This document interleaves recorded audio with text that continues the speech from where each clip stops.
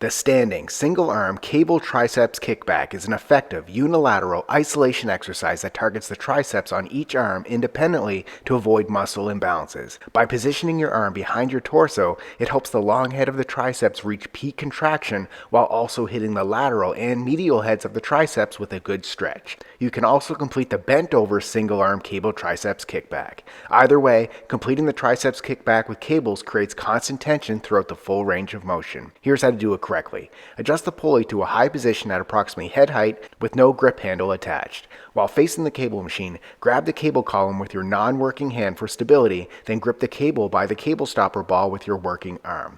Position both feet by the base of the cable column, then lean back to fully extend your arm, gripping the cable column with your chest up and core contracted.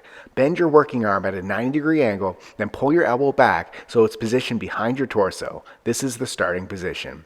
Keeping your elbow fixed, straighten your arm by extending your elbow and pushing the weight back behind your torso. Focus on keeping your upper arm close to your body and stationary with the only movement coming from your forearm. Once your arm is extended, pause briefly to squeeze your triceps for maximum contraction. Avoid swinging the cable or using your shoulder to assist the movement. The motion should be controlled and smooth while avoiding using any momentum. Under control, slowly bend your elbow to return to the starting position, ensuring control to maintain tension in the triceps. Repeat all the reps on one arm, then switch arms and repeat. Subscribe to get a new exercise video demo every day.